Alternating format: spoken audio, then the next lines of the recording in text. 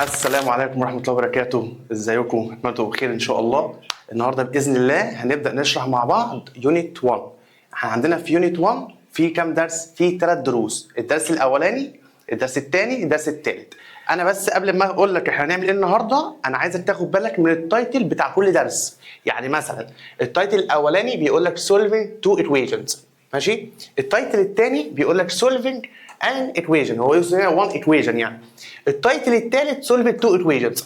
لو لاحظت هتلاقي ان الدرس الاول والدرس الثالث بيبقى solving لايه؟ two equations مع بعض. يعني ايه مستر solving two equations؟ فانا بقى مش عايز ادخلك في التفاصيل دي قوي، فالنهارده باذن الله هنبدا بالدرس الثاني. يا مستر الدرس الاولاني اسمع مني بقى، الدرس الثاني والدرس الثالث ليهم علاقه ببعض. فانا هبدا لك الاول بالدرس الثاني واتاكد ان انت فاهمه تمام، واحنا لما نيجي نشرح الدرس الثالث هتعرف قد ايه الاثنين لهم علاقه ببعض. لو انت فهمت الدرس الثاني كويس جدا هتلاقي نفسك استريحت جدا في الدرس الثالث.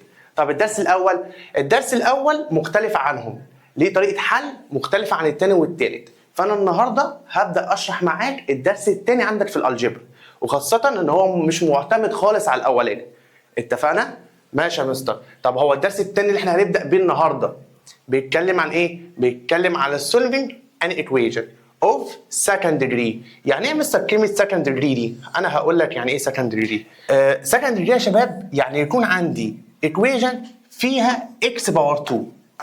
اي equation فيها x باور 2 احنا بنقول عليها second degree. طيب حلو قوي يا مستر، بس انا فاكر ان احنا في السنين اللي قبل كده كنا بنعمل سولف ايكويشن عادي للاكس باور 2. يعني مثلا لو انا عندي ايكويشن شبه دي كده، x باور 2 minus 25 equal 0، انا فاكر مثلا ان انا كنت بعرف اعملها سولف ايكويشن. ليه ندرس السولف ايكويشن للاكس باور 2 تاني في ثالثه اعدادي ويبقى درس لوحده يا مستر، مش درس يعني ايه جزء من ده درس كامل بيكلمك عن السكند ديجري.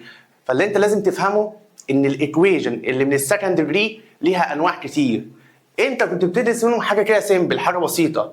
النهارده بقى انت هتدرس كل انواع الايكويشنز اللي هي من السكند ديجري، بس الاول لازم تقدر تفرق ما بينهم، ولازم تبقى فاهم ان كل طريقه او كل نوع من الايكويشن لها طريقه حل بسيطه.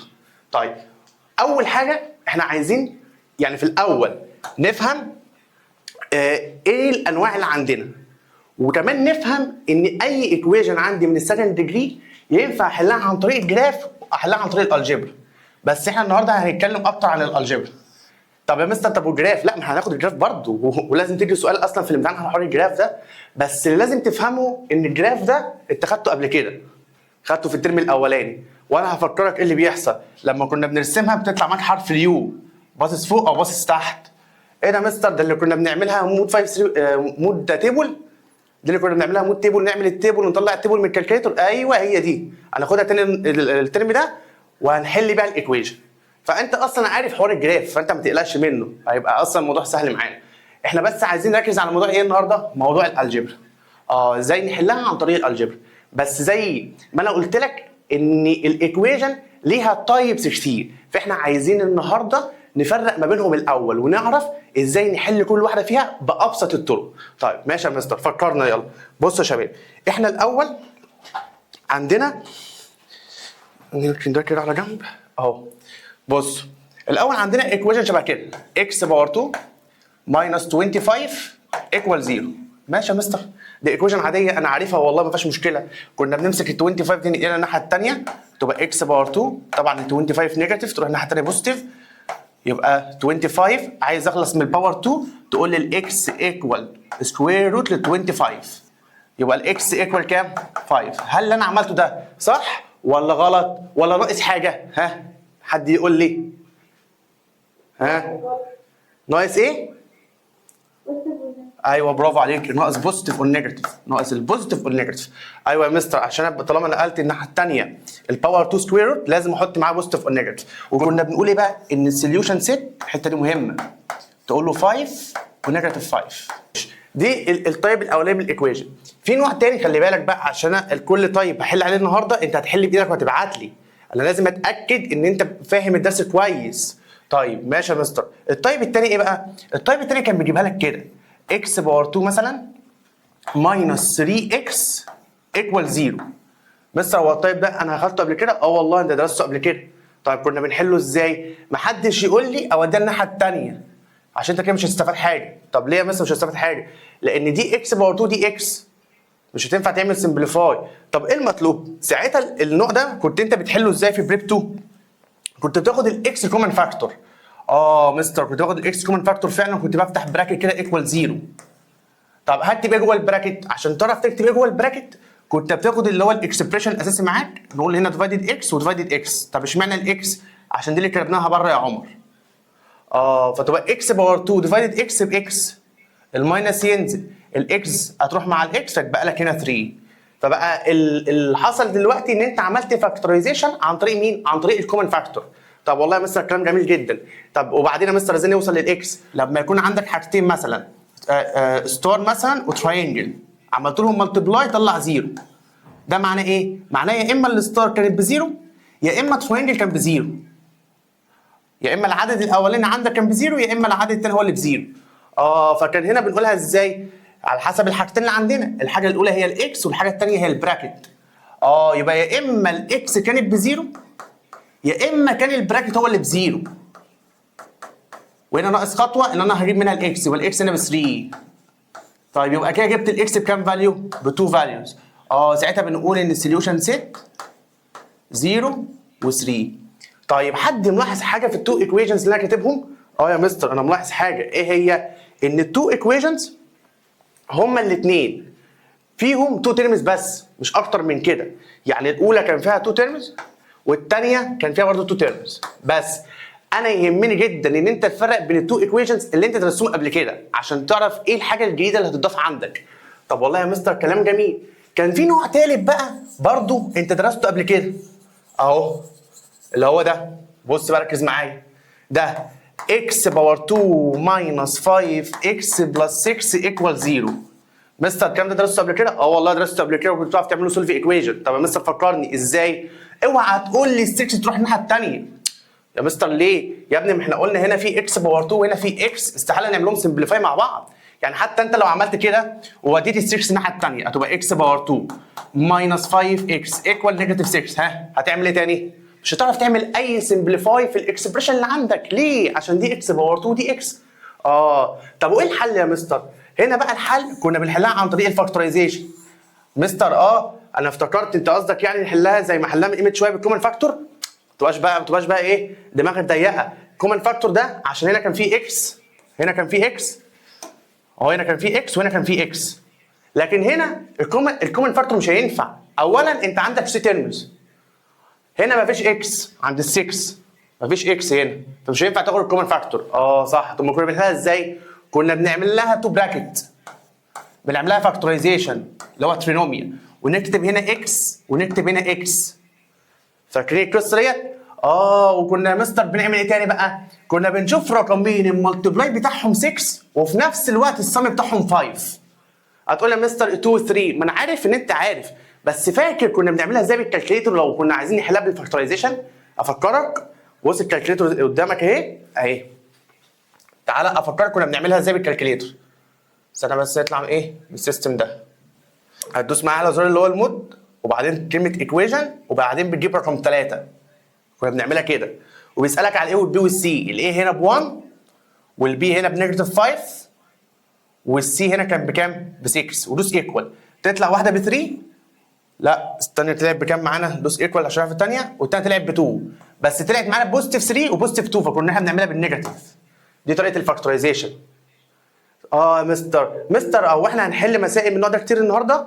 طبعا. طب مثلا هنستخدم طريقه الفاكتورايزيشن في بقى طريقه احلى هتستخدمها السنه دي وهتعرفها السنه دي. طيب تعالى بس نكمل الحل دي. فساعتها هنقول ان الاكس هنا هتيكوال 3، ما هو دي الحاجه العملاء اللي بتخلي البراكت بزيرو، والاكس الثانيه هنا ايكوال كام؟ ايكوال 2.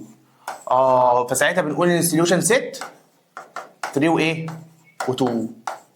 وخلي بالك عايز اقول لك على حاجه. عارف لما انت استخدمت الكالكليتور، عارف الكالكليتور بتعمل ايه؟ الكالكليتور اصلا بتطلع لك الحلول على طول. هي الكالكليتور بتقول لك ان الاكس ب 3 والاكس ب 2 على طول. ايه ده يا مستر؟ هو انا ينفع احل الثلاث مسائل دول بالكالكليتور؟ والله، بس الموضوع معتمد ان انت تطلع الاي والبي والسي صح عشان تعرف تكتبهم على الكالكليتور. طب مستر انت كده ما قلتش اي حاجه جديده، كل اللي انت بتتكلم فيه ده كنا احنا درسناه قبل كده بالظبط. فعشان كده قبل ما ندخل على الجديد هديك 3 مسائل شبه دول بالظبط تحلهم لي حالا، تحلهم وتبعت لي على الواتساب عشان اتاكد ان انت فهمت. سريعا كل واحده ما تاخدش منك دقيقه وتنجز وتبعت لي على الواتساب، انا في انتظارك بسرعه. طيب بصوا دلوقتي يا شباب هبدا احل عشان ايه نخش في اللي بعد كده. عمر افتح المايك معايا يا عمر بعد اذنك. طيب انا اول حاجه بطلع ال 49 بره، يبقى الاكس باور 2 هتيكوال 49 بالبوزيتيف. عايز اخلص من باور 2 يا عمر اعمل ايه؟ هوديها بوزيتيف نيجاتيف روت. برافو عليك، يبقى الاكس ايكوال بوزيتيف اور نيجاتيف سكوير روت لل 49. صح كده؟ البوزيتيف اور نيجاتيف يفضل زي ما هو وسكوير روت لل 49 ب 7. يبقى السوليوشن ست بتاعتك 7 و7. 7 ونيجاتيف 7. المساله الثانيه المساله اللي قصادها عمر اللي هي الكومن فاكتور عشان الاكس موجوده هنا وهنا. قولي لي كده يا فريده نحل السؤال ده ازاي اللي هو السؤال الثاني اللي هو الاكس بره ونفتح براكت. عايز اعرف ايه اللي هيتكتب جوه البراكت. عشان اعرف ايه اللي هيتكتب جوه البراكت بعمل هنا ديفايدد اكس وهنا ديفايدد اكس. فهيحط الاكس بار 2 ديفايدد اكس هيدينا اكس واحده. البلس ينزل، الاكس هتتكنسل مع الاكس هيتبقى لي مين؟ 2. تمام كده؟ تمام يا مستر. لما يكون عندك حاجتين ملتبلاي بعض يطلع زيرو. مستر هما فين الحاجتين دول؟ الحاجه الاولى اهي. الحاجه الاولى اكس اهي. طب والحاجه الثانيه؟ الحاجه الثانيه اللي هو البراكت. دول حاجتين فعلا يا مستر. معنى كده ان الحاجه الاولى هتيكوال زيرو. مين الحاجه الاولى؟ اللي هي الاكس. والحاجه الثانيه هتيكوال زيرو اللي هي البراكت. يبقى اكس بلس 2 هتيكوال زيرو. اوديها الناحيه الثانيه هتبقى الاكس هتيكوال معاك نيجاتيف 2. عمر انت فاهم اللي انا قلته ده؟ طيب اخر واحده خالص بقى دي اللي احنا كنا بنعملها فاكتورايزيشن من خلال الكالكليتور. اسالك سؤال يا عمر، هل ينفع هنا كومن فاكتور؟ في اخر مساله؟ حلو. الكومن فاكتور لازم يكون موجود في كل ترم. هنا في اكس هنا في اكس بس هنا عمر ما فيش اكس. فازاي انت قررت ان في كومن فاكتور؟ ما فيش كومن فاكتور. تقريبا كده انت لسه ايه ما صحيتش. ده انت اكيد فاهم الكومن فاكتور يا عمر. الاكس باور 2 ماينس 7 اكس بلس 12. ال 12 ما فيهاش ايه؟ كومن فاكتور. فما ينفعش تقول لي مثلا حل المساله دي عن طريق الكومن فاكتور. طب مثلا كنا بنحلها ازاي؟ كنا بنعملها فاكتورايزيشن يا ملك. بنعمل 2 براكت كده ونكتب الايكوال 0 زي ما هو. ايكوال 0 زي ما هو. الاكس باور 2 كانت بتتفك هنا اكس وهنا اكس. تمام يا مستر. وبعدين بنشوف رقمين المالتيبل بتاعهم 12 والصم بتاعهم 7. او كنا بنروح نحلها بالكالكليتور او بنجيب الكالكليتور نجيب السيستم ده ونقول له 1 عشان ده الرقم اللي قدام الاكس باور 2 وبعدين نيجاتيف 7 اللي هو قدام الاكس وبعدين الرقم اللي واقف لوحده اللي هو 12 ودوس ايكوال. تطلع مره في 4 فكنا احنا نعمل نيجاتيف 4 ولو دوست ايكوال تاني هتطلع معاك بوزيتيف 3 فكنا احنا بنعمل ايه؟ نيجاتيف 3 اهو. بقى عندك هنا البراكت دي الحاجه الاولى والبراكت دي الحاجه الثانيه. فبناخد البراكت الاولاني نساويه بزيرو يا راي وبعدين ناخد البراكت الثاني نساويه بزيرو برضه يا مستر. ايوه كده. يبقى الاكس معاك هنا مره هتيكوال 4 ومره هنا يا عمر هتيكوال ايه؟ 3. يبقى السوليوشن ست بتاعتك هتيكوال كام؟ 3 اند 4. بس كده. هو ده الطريقه اللي انت المفروض تحل بيها الثلاث مسائل دول. وانت بتذاكر لازم تبدا مذاكرتك بالثلاث حاجات دولت. انا شرحت كام مساله من الفكره ديت؟ شرحت لك بالظبط 6 مسائل. فلازم وانت بتذاكر تبدا حل بيهم. طب ليه يا مستر عمال تتكرر انت على الحوار ده؟ بص بقى اللي هيحصل دلوقتي. لو انا جيت قلت لك مثلا اكس باور 2 بلس 9 اكس بلس 3 ايكوال 0 وطلبت منك ان انت تعمل سولف ايكويشن، هتقول لي حلو يا مستر هروح للكالكليتور. ما انت لسه حللها من قيمه شويه. ده النوع الثالث يا هيثم.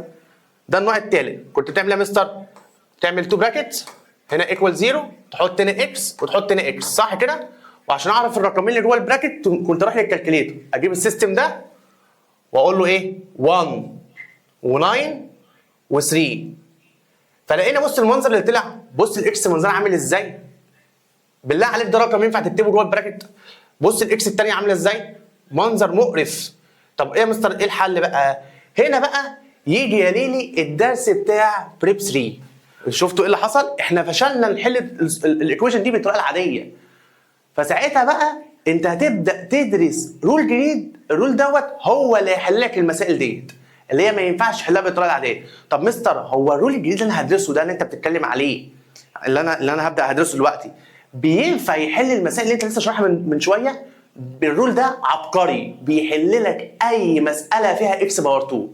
طب مستر ما كنا خدناه من الاول وخلاص؟ لا، ازاي؟ لازم نعلمك كل الطرق.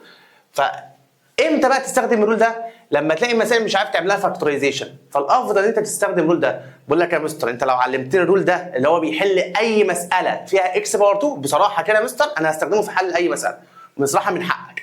بس علشان تستخدم الرول اللي بيحل النوع ده من المسائل، محتاج الاول ادربك على انت تطلع الاي والبي والسي صح.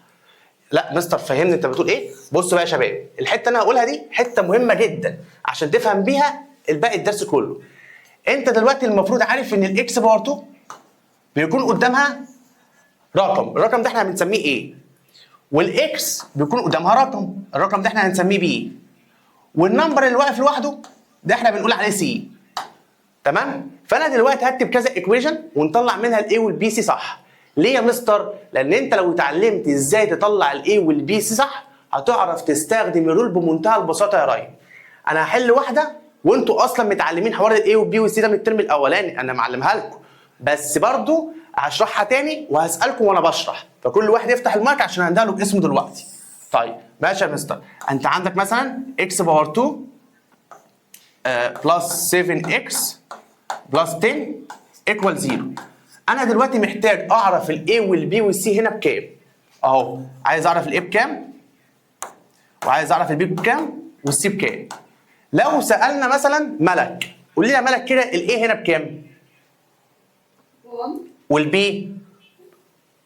الدي ب 7. والسي؟ 10. حلو. ملك عارفه ان الاي هو الرقم اللي قدام الاكس باور 2، فراحت بصت على الاكس باور 2، بصت على الرقم اللي قدامه ولقيتها 1. اه يا مستر الاكس هنا، الاي هنا ب 1. طب البي، ملك عارفه ان البي هو الرقم اللي قدام الاكس، فراحت بصت على الاكس شافت الرقم اللي قدامه وقالت هو مين؟ 7. طيب السي اللي هو النمبر اللي واقف واحده مستر اللي هو كام؟ 10. طيب لو عملت لك الايكويشن كده، قلت لك مثلا ايه؟ 7x بلس 2x باور 2 بلس 5 ايكوال 0، وسالت ياسين ازاي اطلع الاي والبي والسي من الايكويشن ديت؟ قول لي يا ياسين الاي بكام والبي بكام والسي بكام؟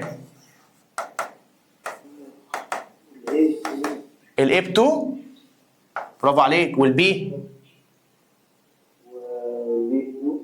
لا انت قلت الاي بكام؟ انا قلتها ب 7. لا الاي مش ب 7. هي مين الاي يا ياسين؟ الاي هو الرقم اللي قدام الاكس باور 2. فين الاكس باور 2؟ هل هي الاولى؟ لا، ده هو هنا جه بدل، جاب لك الاكس باور 2 في النص في الميدل. يبقى هو ضحك عليا يا مستر. يبقى الاي هنا بكام؟ ب 2. طيب البي بكام هنا؟ ب 7. طب السي؟ ب 5. طب كلام جميل يا مستر. طيب لو جيت مثلا قلت لك ايكويشن شبه دي، خلي بالكم احنا عايزين نتعلم ازاي نطلع الاي والبي والسي من كل الاشكال اللي عندنا. اهو جيت قلت لك مثلا اكس باور 2 ماينس 5x ايكوال 12، وسالت فريده الاي هنا بكام؟ والبي هنا بكام؟ والسي هنا بكام؟ الاي ب 1. برافو عليك يا فريده. فريده خدت بالها، او فريده عارفه اصلا من الترم الاولاني ان احنا ما ينفعش نجيب الاي والبي والسي الا لما تبقى الايكويشن ايكوال 0.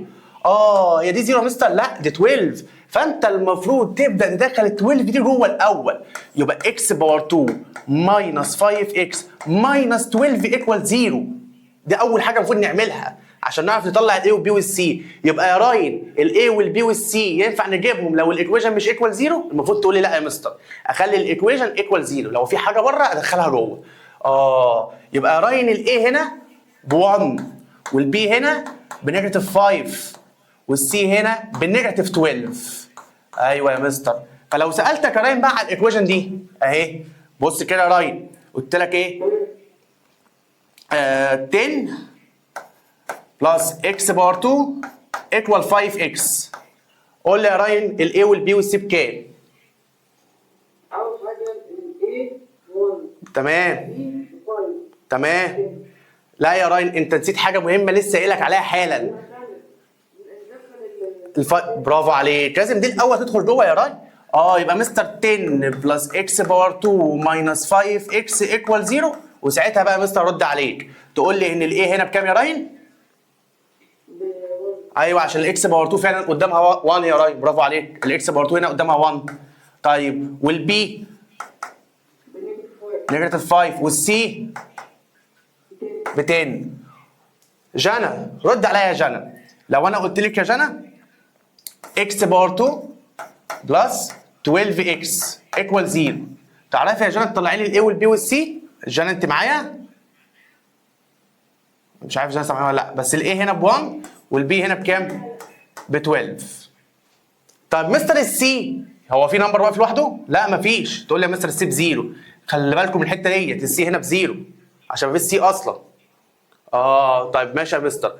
طب مستر خلاص بقى انت علمتنا الاي والبي والسي، ها خلصت؟ لا بصراحه في حته كده يا راين لازم ناخد بالنا منها. ايه هي بقى؟ لو الايكويشن جات لك كده بقى، بص بقى الايكويشن دي،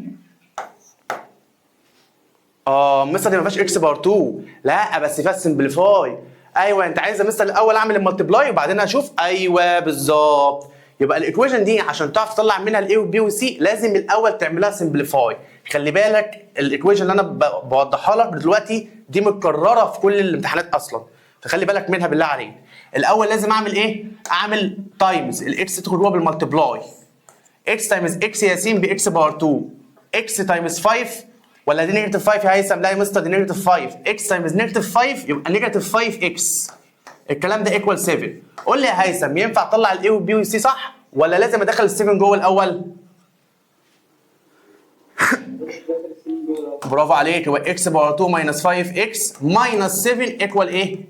0. وساعتها بقى ترد عليا تقول لي يا مستر والله الاي هنا ب 1 البي هنا بنيجاتيف 5 السي هنا بنيجاتيف 7. دلوقتي انت بقيت محترف ان انت تطلع الاي والبي والسي.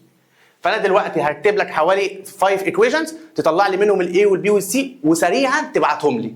الدرس مش هيكمل الا لما اتاكد ان انت بتعرف تطلع الاي والبي والسي. يلا ادي اول ايكويشن بسرعه يا شباب تبعتها لي بسرعه.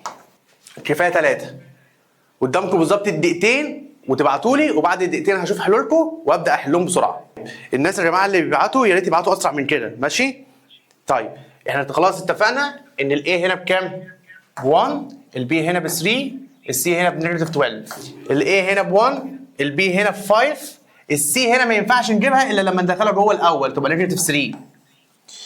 طيب الاخيره عندي لازم اعمل سمبليفاي، برافو عليكم، هتبقى الاي ب 1 البي عندي ب 3 صح وهنا بنيجاتيف 5. تمام زي الفل. ماشي يا شباب. مستر خلاص بقى احنا اتعلمنا ازاي نطلع الاي والبي والسي. ها بقى احنا ليه اتعلمنا كده وليه حضرتك قررت يعني اكدت لنا على الحوار ده؟ بص بقى اللي هيحصل دلوقتي، ركز معايا بقى. فاكر الايكويشن اللي ما كناش عارفين نحلها بالفرتلايزيشن؟ احنا اصلا كنا بنتعلم الاي والبي والسي عشانها اصلا، اوعى تنسى. ايوه صح يا مستر. ايه بقى حكايتها؟ قال لك بص والله انا لو عندي ايكويشن فيها اكس باور 2 اهي a x باور 2 بلس b x بلس c ايكوال 0. طبعا انتوا دلوقتي متاكدين ان الاي والبي والسي اهوت هي ارقام. انت اكيد عارف حاجه زي دي ان الاي والبي والسي هي ارقام. طيب ماشي يا مستر. انا عرفت معلومه زي دي. هتعمل ايه دلوقتي؟ بص بقى ركز معايا. انت عايز تجيب الاكس من اي ايكويشن فيها اكس باور 2. هكتب رول دلوقتي وما تتخضش منه، والله رول عبيط جدا. اكس ايكوال اكس ايكوال. طب ليه يا مستر اكس؟ هو وظيفته ان هو يجيب لي الاكس واعمل شرطه الاوفر كده واقول له ايه بقى؟ نيجاتيف بي بلس اور ماينس سكوير روت بي باور 2 ماينس 4 اي سي اوفر 2 a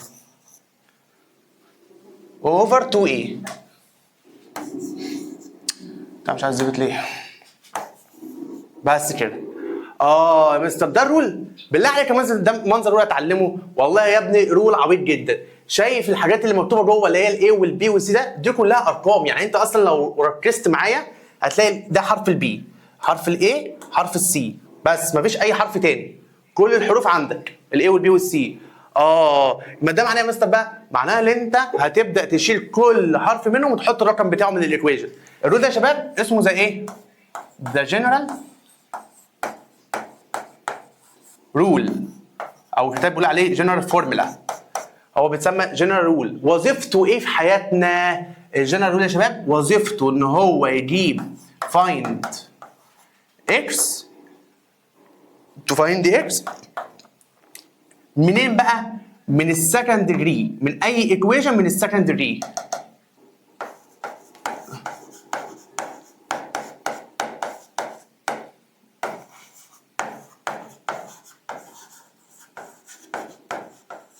هسأل سؤال بقى، الرول ده يا شباب وظيفته ايه؟ الرول ده وظيفته ان هو يعرفك الاكس ايكوال كام، الاكس بكام بالظبط، الاكس بكام بالظبط. لما تبقى الايكويشن مالها من السكند ديجري. يعني ايه يا مستر سكند ديجري؟ ما انا قلت لك بقى يعني المساله يكون فيها اكس باور 2. هو ده وظيفته يا مستر؟ ده وظيفته والله. طب ممكن مثلا تقرا قانون تاني قبل ما نحل بيه؟ حاضر. نيجاتيف بي بلس اور ماينس سكوير روت بي باور 2 ماينس 4 اي سي اوفر 2 اي. طيب تعالى يا مستر بقى وريني المساله اللي احنا ما عرفناش نحلها دي. اهي المساله دي اهي اكس باور 2 بلس 9 اكس بلس 3. بيقول لك والله علشان تعرف تجيب الاكس هنا لازم الطالب يكون عارف ان هو هيستخدم حاجه اسمها ذا جنرال رول او ذا جنرال فورمولا. طيب ماشي يا مستر. اول حاجه تطلع منها الاي والبي والسي. الاي هنا ايكوال كام؟ والله يا مستر الاي هنا ايكوال 1. البي هنا ايكوال كام؟ البي هنا ايكوال 9. السي هنا ايكوال كام؟ السي هنا ايكوال 3. عايز اقول لك على حاجه، لو انت ما عرفتش تطلع الاي والبي صح خلاص المساله ضاعت منك. امال انا كنت بقالي ساعه عمال اعلمك في الاي والبي والسي ليه؟ يعني مثلا لو الاي والبي والسي طلعوا غلط فبالتالي هيطلع معاك الرقم غلط، رقم الاكس، الفاليو بتاعت الاكس. طيب ماشي يا مستر. وبعدين تقول له الاكس ايكوال. بص انت عايز تجيب الاكس فبتقول له الاكس ايكوال. اكتب الرول ولازم تحفظه. نيجاتيف بي بلس اور ماينس سكوير روت بي باور 2 ماينس 4 اي سي اوفر 2 اي. طبعا انا مش قدامك فمش عارف انت هتردد معايا ولا لا، بس لما اجي اقراه معايا، اقراه معايا في سرك كده او سمع نفسك عشان تحفظه. نيجاتيف بي بلس اور ماينس سكوير روت بي باور 2 ماينس 4 اي سي اوفر 2 اي. والله يا مستر كلام جميل جدا. حلو كده انا عرفت الرول. هعمل ايه؟ شيل كل حرف وحط الرقم بتاعه. يعني مثلا البي عندك بكام؟ والله يا مستر البي عندي ب 9 بس. خلاص يا عم اكتب معايا. بص كده الاكس ايكوال نيجاتيف 9. مستر ايه النيجاتيف ده؟ لا النيجاتيف ده موجود في الرول اصلا. طب مستر هي البي دي لو كانت نيجاتيف هتبقى نيجاتيف تتحول يبقى بوزيتيف. خلي بالك من التفاصيل دي، الحوار ده انت متعلمه اصلا من القوانين اللي درستها في الترم الاولاني. طيب وبعدين يا مستر في الرول بلس اور ماينس سكوير روت. بص بقى يا شباب البي باور 2 دي الوحيده اللي عندنا اللي هي البي باور 2 دي حطها لي في براكت. طب ليه يا مستر؟ علشان ديت عليها باور 2. يعني تعمل لي ايه؟ تعمل لي براكت كده عليه باور 2 وتكتب جوه البي. البي بكام عندي؟ ب 9. طب والله يا مستر كلام جميل. ماينس 4 تايمز الاي بكام؟ الاي عندي ب 1 فهكتب هنا 1. طيب وبعدين تايمز مين؟ السي عندي بكام؟ السي عندي يا ياسين ب 3. خلي بالك انا والله عينيا هنا. بص انا عينيا هنا وانا بتكلم هنا وهنا. بشيل كل حرف بحط الرقم بتاعه. طب والله يا مستر كلام جميل. ماشي. اوفر مين؟ اوفر 2a. يبقى 2 تايمز a. الاي بكام عندي؟ ب 1. هتلاقي الرول اللي انت كاتبه في الاخر كله ارقام. كله ايه؟ ارقام. هتروح تكتبه على الكالكوليتور بس في مشكله. وانت بتكتبه على الكالكوليتور يا مالك هتقابل كده منظر غريب. البلس اور ماينس ده يتكتب ازاي على الكالكوليتور؟ ابدا يا عم راي. هنكتبه مره بالبلس ونمسح البلس نخليها مره بالماينس. مستر بالله عليك ما تعمله قدامك على الكالكوليتور. حاضر يا عم الكالكوليتور قدامك اهي. بص انا هكتب الرول. خلي بالك ادي الاوفر الاول وبعدين اقول له ايه؟ نيجاتيف 9.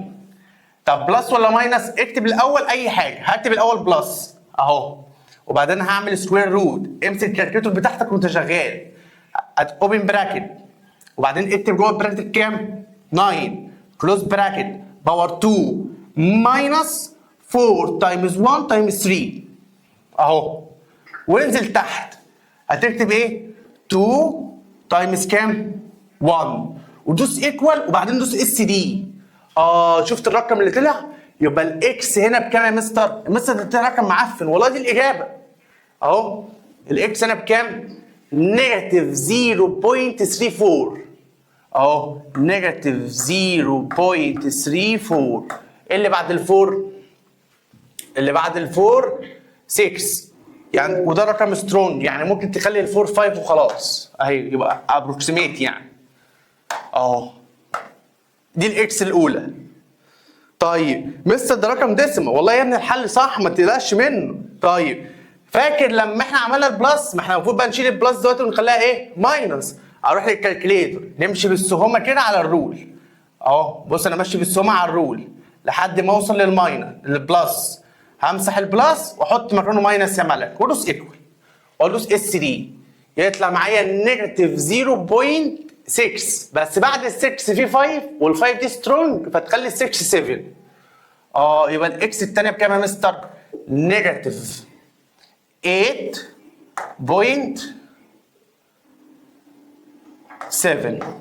هي دي الاجابات. مستر شكل الاجابات مخوف يا ابني، ما تخافش والله هو ده الحل الصح. دلوقتي هنتعلم مسائل تانية ولسه احل معاكم مسائل تانية. ساعتها بقى اخر خطوه خالص تقول له السوليوشن سيت وتكتب الرقمين دول جوه. مين؟ أنا طلع لي نيجاتيف 37 ده أول واحد. لا يبقى انت كاتب حاجه غلط في الرول، عيد كتابه الرول تاني. لا كده صح والله. طيب صور لي اللي انت كتبته في الكالكوليتور هقول لك الغلط فين. طيب مستر تمام كلام جميل، بس انا مش مطمن، انا عايز احل معاك مسائل من نوع تاني. خلي بالك عشان هحل المساله دي وانت هتحل دلوقتي، بس انا هجيب لك مساله من الكتاب. طبعا بلس 2 ايكوال 0. هسالك سؤال، ينفع المساله دي نحلها بالفاكتورايزيشن؟ لا يا مستر ما ينفعش، عشان ما ينفعش نعملها 2 براكتس، ما فيش رقم المالتيبلاي بتاعه 2 في نفس الوقت يدينا السم بتاعهم 7. مش هتعرف تحلها 2 براكتس، يعني مش هينفع تعملها كده براكت وبراكت، مش هتعرف. طب وايه الحل يا مستر؟ الحل بقى ان انت تحلها عن طريق حاجه اسمها ذا جنرال رول. الرول اللي انت تبدا تتعلمه النهارده، الرول ده وظيفته ان انت تجيب الاكس. اوعى في اي مساله اقول لك عايزين الاكس تقول لي مثلا استخدم الرول ده. الرول ده يا شباب بستخدمه لما تبقى الايكويشن فيها اكس باور 2. طب لو ايكويشن عاديه يا مستر مثلا 5 اكس ماينس 1 ايكوال 14، لا يا ابني ده تحلها عادي بقى مفيش مشكله، هتودي بقى النيجاتيف 1 الناحيه الثانيه وبعدين تعمل ديفايدد 5. لا ما تهزرش في حاجات ما تهزرش فيها. انا بحل معاك ايكويشن من السكند ديجري بس، لكن الايكويشن العاديه دي مالناش دعوه بيها. ماشي؟ امسكوا معايا الكالكوليتور وحلوا معايا يلا. دلوقتي انا هحل المساله دي وهسيبكم تحلوا واحده كمان. ماشي؟ بص الاي هنا بكام؟ ب 1، البي 7، السي ب 2. تمام؟ تمام. وبعدين تروح تكتب الرول تقول له اكس ايكوال، والله خطوات ثابته. مستر الرول شكله يخد، والله يا ابني رول عبيط. نيجاتيف بي بلس اور ماينس سكوير روت بي باور 2 ماينس 4 اي سي اوفر 2 اي. هو لازم احفظ الرول ده مستر؟ طبعا لازم تحفظه. طيب بص بقى هتشيل كل حرف وتحط الرقم بتاعه. اكس ايكوال نيجاتيف يفضل زي ما هو، البي بكام؟ ب 7 بلس اور ماينس سكوير روت بي باور 2 اللي هي نعملها براكت، احنا اتفقنا ان ده الجزء الوحيد اللي هنعمله براكت باور 2 اهو، وجوه هنا في 7 ماينس 4 ومكان الاي في 1 ومكان السي في 2 اهو. ده كله في النيميريتور. بص والله ارقام قص ولزق. تحت في ايه؟ تحت في 2 ايه يا مستر؟ يبقى 2 تايمز ايه اللي هي ب 1 بس خلاص. يبقى عندي هنا الاكس هتيكوال، يلا اكتب ده على الكالكليتور. بص اكتبوا معايا يا شباب. اول حاجه نيجاتيف 7 نيجاتيف 7، لا اعمل الاوفر الاول نيجاتيف 7. اول حاجه تعمل البلس بس، بعدين سكوير روت تفتح براكت 7 باور 2 وبعدين ماينس 4 تايمز 1 تايمز 2، تنزل تحت تقول له 2 تايمز 1 تدوس ايكوال وتقول لي يا عم يطلع معاك كام؟ دوس اس دي. هو ده اللي هو نيجاتيف 0.298. اطلع غير البلس دي خليها ماينس. طب قبل ما اغيرها الاولى طلعت معاكم كده ولا في حد طلع حاجه مختلفه عن اللي انا مطلعه؟ نعم طلعتها زي ما حضرتك اسمه ايه؟ بكتب بلس وبكتب لا، ما انت هتعمل الاثنين، انت عملت الاول البلس. دلوقتي بقى هنروح نمسح البلس ديت ديليت البلس ساين دي وحط مكانها ماينس ودوس ايكوال. بص ودوس اس دي يطلع معاك نيجاتيف 6.7. يبقى الاكس الثانيه يا عمر بنيجاتيف 6.7. يا لهوي يا مستر واقسم بالله ده الموضوع سهل. انت اول حاجه بتطلع الاي والبي والسي، ثاني حاجه بتكتب الرول، ثالث حاجه بتحط الارقام، تستخدم الكالكوليتور مرتين. 4 خطوات ثابتين في اي مساله. كلهم يا عمر معتمدين على مين؟ ماشي، الاي والبي والسي. تمام؟ يعني الحمد لله المسائل اللي انتوا حلتوها زي الفل كلكم. طيب بص بقى المسائل الثانيه او افكارها تيجي ازاي. في بعض المسائل اللي بتحتاج منك ان انت يعني تعمل سمبليفاي شويه. بس بص يقول لك ايه؟ فايند. خلي بالك فايند ايه بقى؟ ذا سوليوشن سيت اوف، وكتب الايكويشن اهي x minus 1 equal 4. طيب يلا يا مستر حلها. والله يا ابني عشان احلها ما عنديش مشكله، ولكن الاول انا محتاج اعمل لها سمبليفاي عشان اعرف اطلع الاي والبي والسي. طيب يلا يا مستر اعمل كده. الاكس تدخل جوه تبقى اكس باور 2. تمام؟ اكس تايمز نيجاتيف 1 يبقى النيجاتيف اكس. ايه اللي يحصل للفور يا شباب؟ تدخل جوه تبقى نيجاتيف 4 ايكوال 0. طب ما خلاص يا مستر المساله خلصت. خلاص والله المساله خلصت. يعني انت بس ممكن تعمل الخطوه الزياده دي مش اكتر من كده، ان انت تعملها سمبليفاي. مجرد ان انت طلعت الاي ب 1 والبي بكام؟ بنيجاتيف 1 والسي بكام؟ بنيجاتيف 4، تروح تكتب الرول وتشتغل. بس انا هحل معاكم المساله دي بالرول عشان خاطر تاخدوا بالكم من حوار البي ده، عشان البي هنا بنيجاتيف 1 عشان ده هيأثر على الايه؟ على الرول. بص يا ليلي بكتب اكس ايكوال اكس ايكوال واعمل كده نيجاتيف بي بلس اور ماينس سكوير روت بي باور 2 ماينس 4 اي سي اوفر 2 اي. والله يا مستر انت زي الفل. يبقى الاكس ايكوال، بصوا اللي يحصل نيجاتيف بي. خلي بالك يا هيثم نيجاتيف بي. طب ما هي البي يا مستر بنيجاتيف 1 يبقى نيجاتيف يا راين يبقى بوزيتيف 1 بلس اور ماينس سكوير روت. قبل ما اكمل عارفين ليه بقت 1 مش نيجاتيف 1؟ عشان ايه؟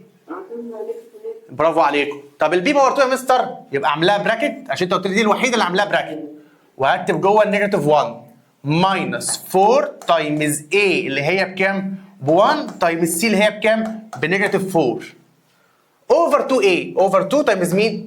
الاي اللي هي بكام؟ ب 1. وخلاص بقى انت عرفت تعملها ازاي بالكالكليتر، مره بالبلس ومره بالايه؟ بالماينس. خلصت. بس بعد ما تجيب الاكس بالله عليك ما تنسى الحوار ده يا فريد. السوليوشن سيت احنا عايزين ناخد الدرجه كامله. ونحط فيها الاكسات اللي احنا هنجيبها. طبعا عشان هم اكسين 2 فبنعمل ايه؟ بنعمل كوما. بس كده خلاص خلصت. اتمنى تبقى الامور واضحه. في فكره تاني بتيجي بالمنظر ده واقول لكم عليها حالا. بصوا يا شباب يجي يقول لي ايه في المساله؟ يقول لي فاين سوليوشن سيت. بص حاجه كده عبيطه يعني. فاين ذا سوليوشن سيت اوف. بص بقى يجي يقول لي ايه الايكويشن؟ اكس باور 2 اكس باور 2. نقفل المايك يا شباب. ماينس اكس ماينس 2. افتحوا المايك لما انا اطلب حد بالاسم معين. ايكوال 0. مستر فكره ايه يا مستر؟ ما هي سالكه اهي واطلع الاي والبي والسي صح؟ بس يجي يقول لك ايه بقى هنا؟ بص الحته دي يقول لك وير روت ال 17 ابروكسيميت 4.12. يا لهوي يا مستر ده كان ماشي حلو يا مستر. ايه الرخامه دي يا ابني؟ والله ولا فيها اي حاجه، والله ولا اي خطوه زياده بس هتعملها وخلصت. والله الخطوه زياده يا مستر بهدلت الدنيا. طب لما تيجي خطوه زياده هقول لك عليها وهتعرف قد ايه الموضوع تافه. يلا هنشتغل عادي جدا. هو عايز هنا السوليوشن سيت يعني عايز الاكسات. اروح اقول له الاي بكام؟ ب 2 صح يا ياسين؟ والبي بنيجاتيف 1 والسي بنيجاتيف 2. والله يا مستر كلامك جميل جدا زي الفل حلو قوي. هتروح تعمل ايه؟ هكتب الرول هنا واحل هناك. اكس نيجاتيف بي. انتوا ملاحظين ان كل مره بحل فيها المساله بكتب فيها الرول؟ امال هتحفظه ازاي؟ هتحفظه ازاي يعني؟ اهو اوفر 2a. والله يا مستر كلام جميل جدا. يلا ها الاكس ايكوال، يلا انتوا فاهمين هعمل ايه؟ اشيل البي احطها بكام؟ بنيجاتيف 1، يبقى نيجاتيف نيجاتيف بوزيتيف، يبقى بوزيتيف 1 بلس اور ماينس سكوير روت بي باور 2 هعملها براكت. شباب اللي فاتح المايك يقفله. ايه اللي حصل؟ ماشي هاتها تاني اهو نيجاتيف 1 عليها باور 2 ماشي ماينس 4 تايمز ايه؟ الايه بكام عندي؟ الايه عندي ب 2 خلي بالك، الايه عندي ب 2 تايمز سي اللي بنيجاتيف 2. قبل ما اكمل في حد حاسس ان في حاجه مختلفه؟ والله الكلام هو وهنا 2 a اللي هي 2 تايمز 2. ماشي يا مستر، المفروض يا مستر اروح للكالكوليتور هستخدمه مرتين، مره بلس ومره ماينس. اقول لك والله فعلا ده اللي انا قلته وده اللي انت هتعمله، بس هنا في مشكله صغيره. قبل ما تعمل الخطوه دي في خطوه لازم تعملها. يا مستر بقى ايه الخطوه دي؟ هنا قال لك ايه؟ روت ال 17 ابروكسيميت 4.12. فدي بقى ليها استخدام هنا. طب ايه يا مستر الحوار ده؟ المطلوب منك يا هيثم ان انت تعمل ده بس بالكالكليتور، الروت ده بس. عايزكم تعملوا الروت ده بالكالكليتور وترد عليا يا مستر الروت ده بكام؟ عشان اعرف استخدم الحاجه اللي قال لي عليها. هعمل ايه؟ الروت بس بالكالكليتور. يعني هتروح للكالكليتور اهو، هتقول له سكوير روت نيجاتيف 1 في براكت، استنى اوعى كده اهو، نيجاتيف 1 في براكت عليها باور 2 ماينس 4 تايمز A تايمز C. طلعت كام؟ روت 17. طيب مستر ده معناه ايه بقى؟ معناه ان الجزء ده بس، الجزء بس بروت 17. يعني ايه يا مستر؟ يعني عملت ايه يا فريده؟ انا حسبت بس الروت ده وهكتب هنا 2 تايمز 2 زي ما هي اهي 2 تايمز 2. انتوا ملاحظين حاجه؟ انا عملت كل حاجه زي ما كنت بعمل، هي بس باختلاف الحته بتاعت الروت. ايوه يا مستر، طب انت عملتها ليه؟ ليه عملتها؟ عشان استخدم المعلومه اللي قال لي عليها. هو بيقول لك ايه هنا يا راين؟ بيقول لك شيل الروت 17 وحط مكانها 4.12. يعني يا عمر هشيل دي كده، فاهم يا عمر انا بعمل ايه؟ واحط مكانها ايه؟ 4.12 اللي هو قال لي عليها دي. بس هي دي الخطوه الزياده. هتقول له اكس ايكوال. حاضر، بص الحته الاخيره دي، انت فاهم الروت 17 جبناها ازاي يا هيثم؟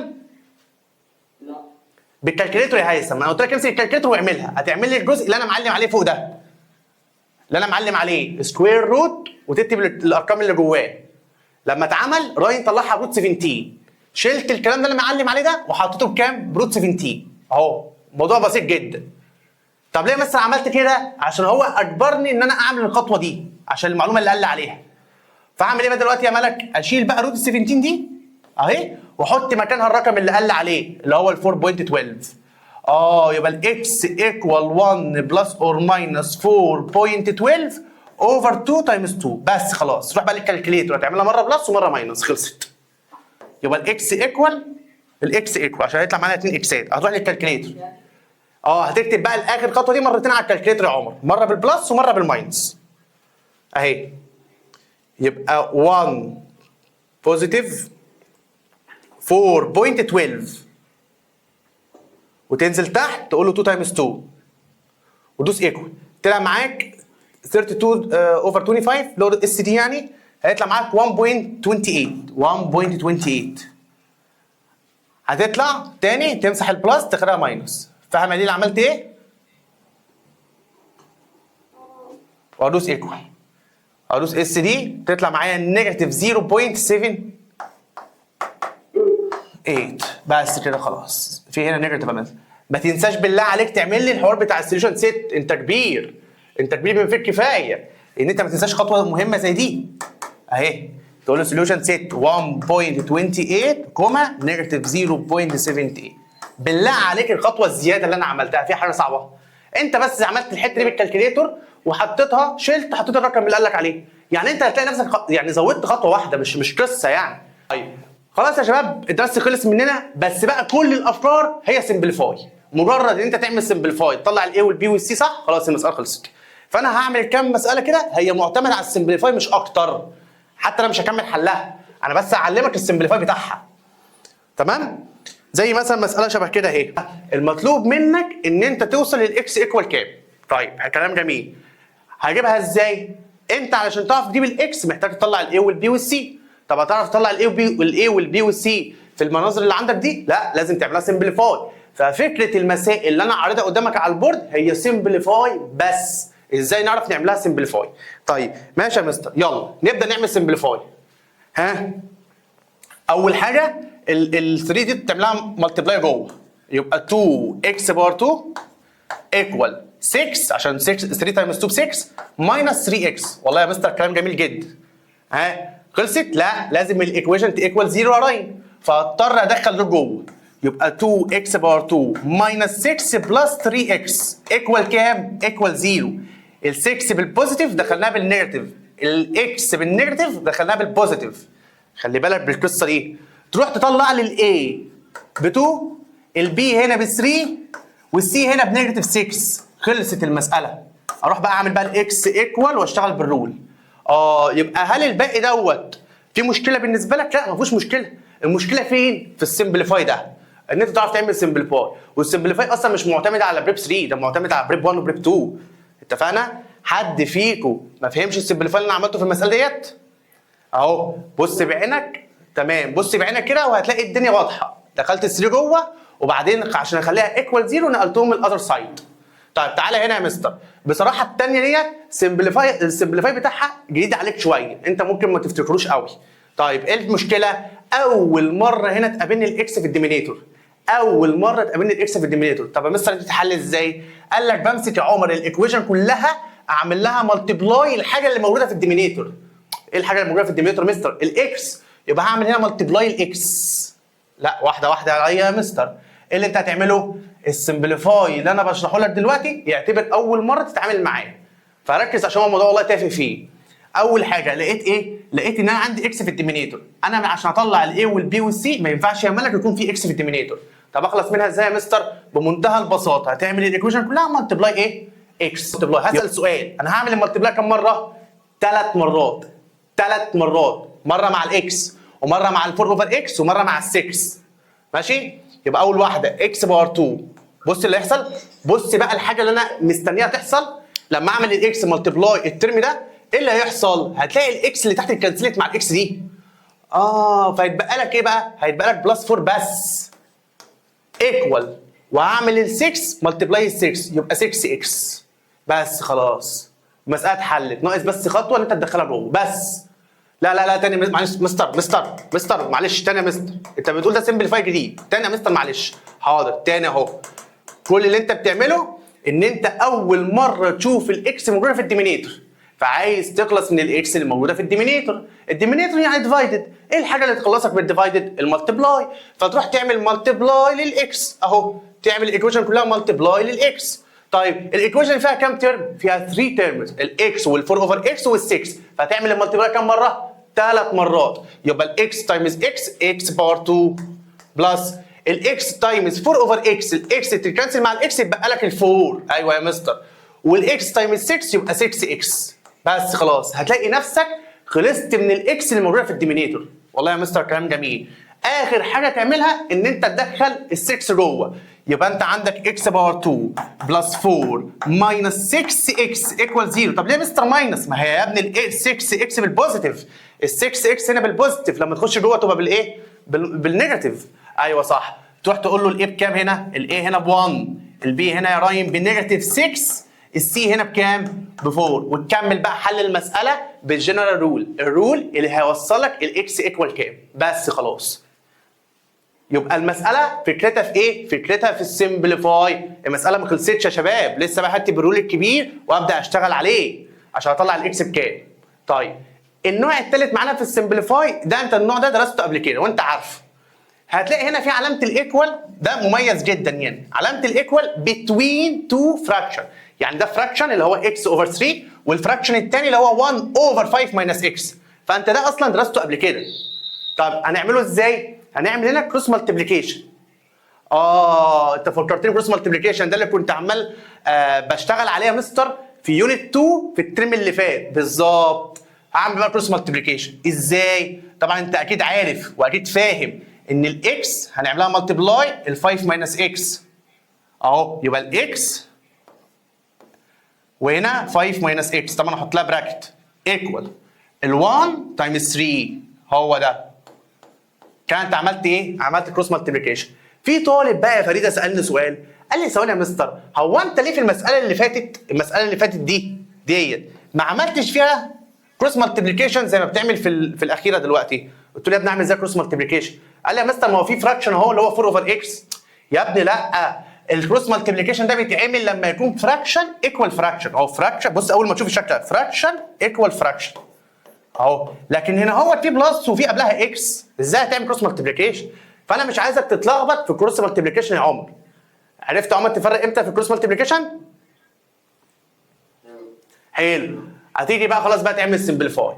معلش سيبوني اعيد لكم الحته بتاعت الكروس مالتيبليكيشن دي تاني، عشان دي الحته دي مهمه اصلا، دي اللي هنعرف بسببها نطلع الاي والبي والسي. اهو هنعيدها تاني. لقيت ايه؟ لقيت حاجه حلوه جدا، علامه الايكوال بتوين تو فراكشنز. عرفت ان انا هستخدم كروس مالتيبليكيشن، يبقى الاكس تايمز ال 5 ماينس اكس اهي. الاكس تايمز هكتب جوه هنا 5 ماينس اكس، واوعى تنسى البراكت عشان دول تو تيرمز، ايكوال ال1 تايمز 3.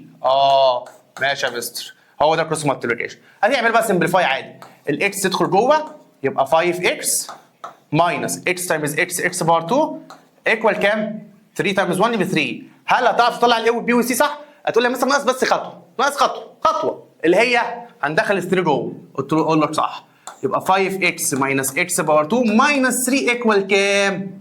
0. ودخلت بالنيجاتيف عشان 3 بالبوزيتيف. تطلع معايا هنا ان الاي بكام؟ الاي ب 1. لا الاي بنيجاتيف 1، ما تهزرش يا مستر. البي هنا ب 5، السي هنا بنيجاتيف 3. هل يا ملك المساله خلصت ولا لسه هكمل؟ لسه هستخدم الجنرال رول. ايوه لسه استخدم الجنرال رول. شاطره يا ملك، ملك حفظت الاسم خلاص. طب والله يا مستر درس لذيذ. عايز اقول لك احنا اتعلمنا النهارده ازاي نعمل سولف للايكويشن من السكند ديجري عن طريق الالجبرا. عايزين نعمل نفس الحاجه بس بالجراف. يا لهوي يا مستر نقعد نرسم يا ابني، ما انت اصلا اللي انا هعمله دلوقتي في الجراف ده انت عارفه اصلا من الترم الاولاني. طيب هنعمل ازاي يا مستر؟ هو هنرسم ازاي؟ تعالى افكر. بص يا معلم، يقول لك فايند اهو ذا سوليوشن سيت. راح قال لك على انترفال اهو، اون ذا انترفال، كتب الانترفال نيجاتيف 2 و4. هسال فريده سؤال كده ومش عارف فريده هتعرف تجاوبني ولا لا. فريده هو ليه مديني الانترفال دي؟ علشان اعمل السيل اللي هو عايز السيل ده. عشان اعمل ايه؟ اللي هو السيل اللي بتبقى بنعملها في السيل. ايوه عشان لما يجي يطلب مني الستارت والان اعرف ارد عليه. شاطر. بس كده. طب مستر والله انا فاكر الكلام ده، كلام بسيط جدا. اول حاجه علشان اعرف احلها بالجراف انا فاكر والله، تقول لي مثلا اول حاجه محتاج تيبل، محتاج ان انا اعمل تيبل. اقول لك صح، اول حاجه محتاجها تعمل تيبل. بكتب هنا يا هيثم اكس وهنا واي، بكتب فوق ارقام وتحت ارقام. مين اللي بيجيب لك الارقام ديت؟ هي الكالكليتور. بتروح للكالكليتور، هات بقى السيستم دي واشتغل معايا. يلا نفتكر بقى الترم الاولاني مع بعض. هندوس مود وبعدين نختار رقم كام؟ لا تيبل، كلمه تيبل عندي هنا نمبر 7. شوف انت عندك رقم كام، وبعدين هكتب الايكويشن اللي عندي اكس باور 2 اهي، وبعدين ماينس 2 اكس، وبعدين ماينس 3 اهو كتبتها. انت هتدوس ايكوال هتلاقي عندك بيقول لك الستارت على طول. الستارت عندك في الانترفال كام؟ بص واخد بالك؟ الانترفال اهي نيجاتيف 2 و4. يبقى اقول له مستر والله الستارت نيجاتيف 2 وادوس ايكوال. الاند كام؟ 4 ادوس 4 وبعدين ادوس ايكوال. الستيب دي على طول 1 وايكوال، هيظهر معاك التيبل. تمام يا عمر؟ هتقول له نيجاتيف 2 وبعد نيجاتيف 2 نيجاتيف 1 وبعدين 0 وبعدين 1 وبعدين 2 وبعدين 3 وبعدين 4. عايز بقى حد يمليني الارقام اللي زادت عند اف اوف اكس اللي هي بتبدا من 5 وبعدين 0 وبعدين نيجاتيف 3. ها ايه اللي بعد كده؟ قول. انا عندها ناس بتدوس قلنا بالغلط وكل اللي عملته ضاع. ماشي وانت يا راين؟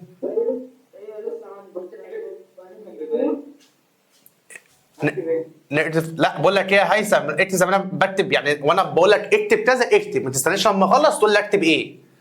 ماشي عشان ما نضيعش وقت الحصه على الفاضي. نيجاتيف 4 يا راين وبعد نيجاتيف 4 وبعدها 0 الله ينور عليك يا راي. بس كده.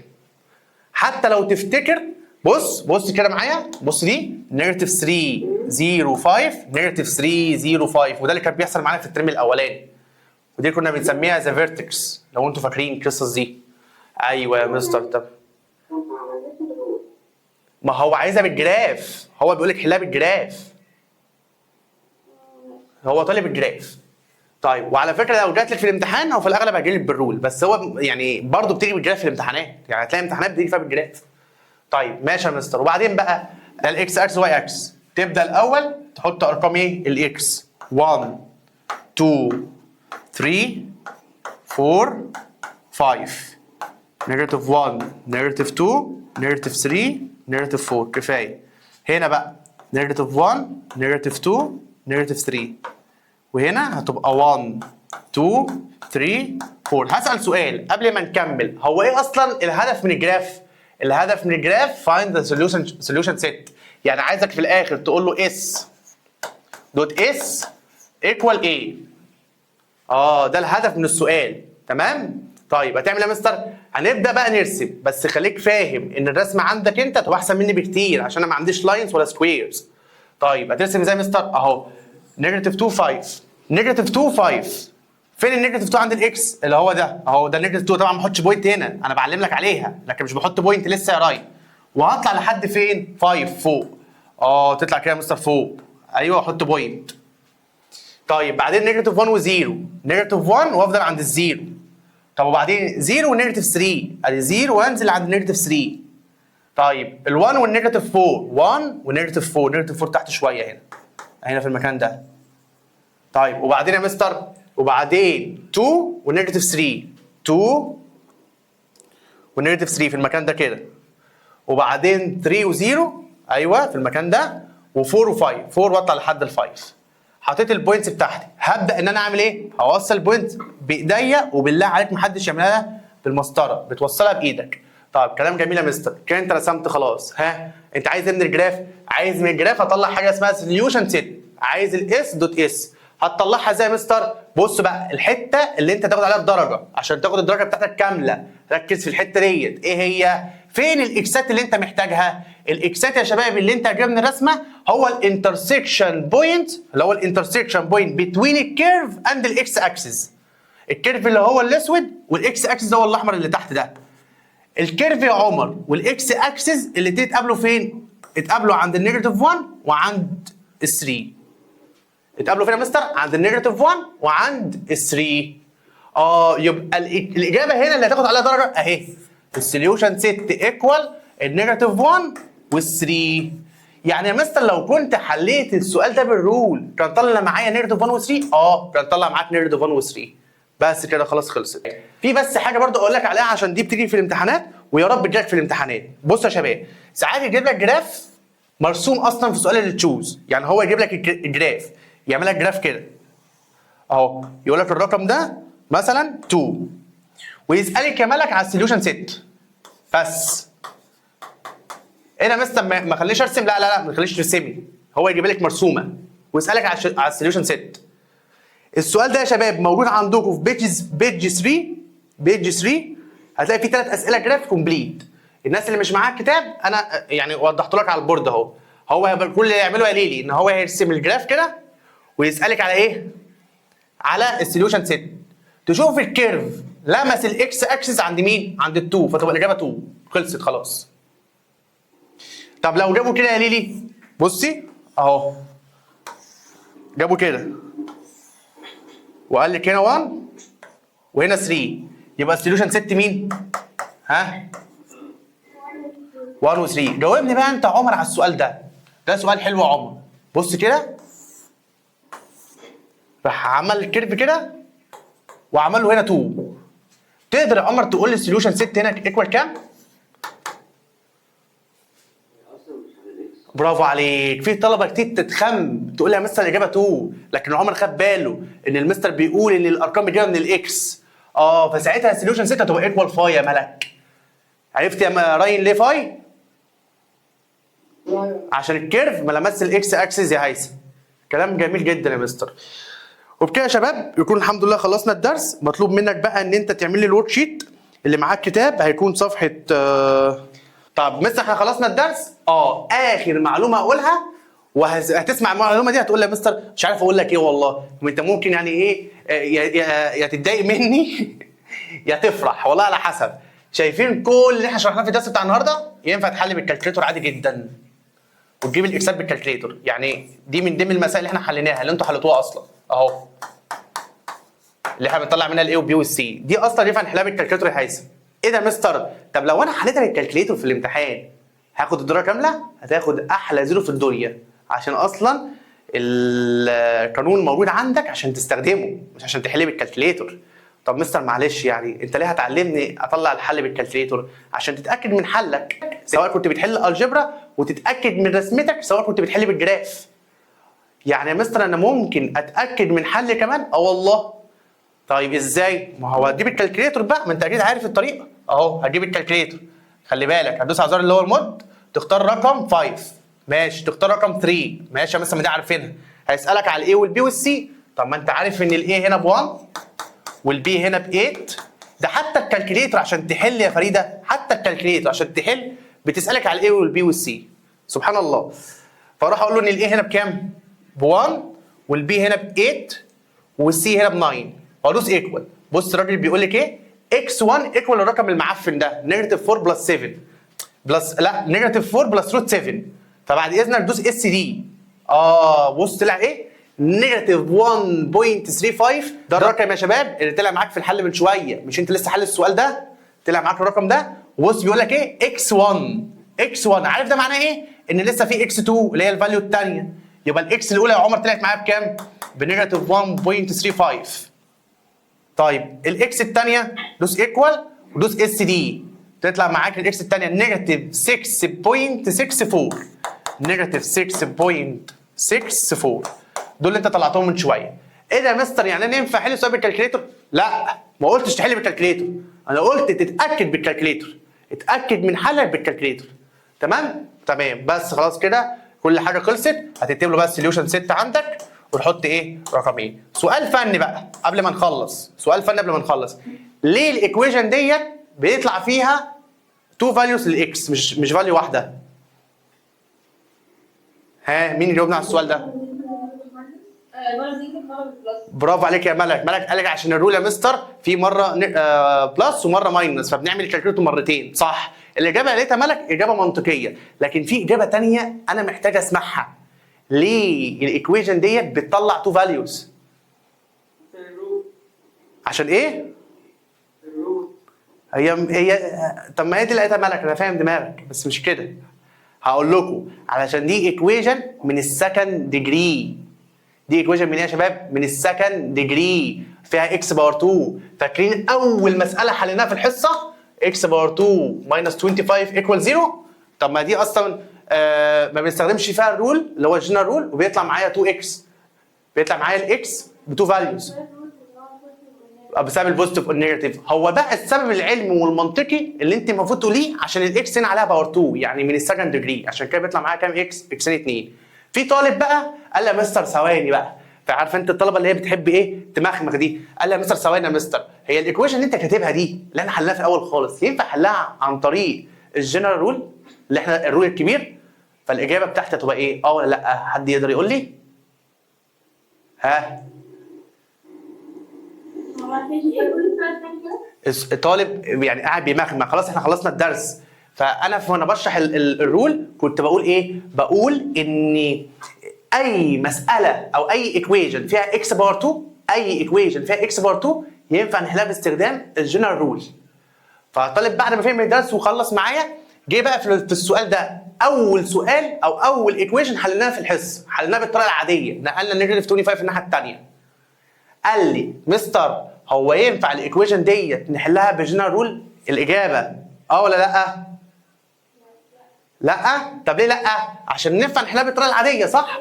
لو وديناها الناحيه الثانيه بالبوزيتيف وبعدين الباور الناحيه الثانيه بالروت وايه؟ تتحل معانا مستر بالطريقه العاديه. ايوه هي تتحل بالطريقه العاديه، بس في طرق ثانيه لحلها ينفع تحلها باستخدام الجنرال رول. ايه ده؟ ازاي؟ طلع الاي والبي والسي هتلاقي المساله خلصت معاك. يا مستر ما تهزرش، واقسم بالله تتحل عادي يا جدعان. ازاي؟ قول له الاي بكام هنا؟ الاي هنا ب1، البي هنا بكام بقى؟ حد واخد باله البي هنا بكام؟ محدش يقول لي نيجاتيف 25، محدش يقول لي. البي هو الكوفيشن اوف اكس، هل في اكس في المساله؟ لا، يبقى 0. طب السي هنا بكام؟ بنيجاتيف 25. ودي مهمتك بقى ان انت تحلها لي بالجنرال رول وتشوف الاكس هتطلع معاك بوزيتيف اور نيجاتيف 5 ولا لا.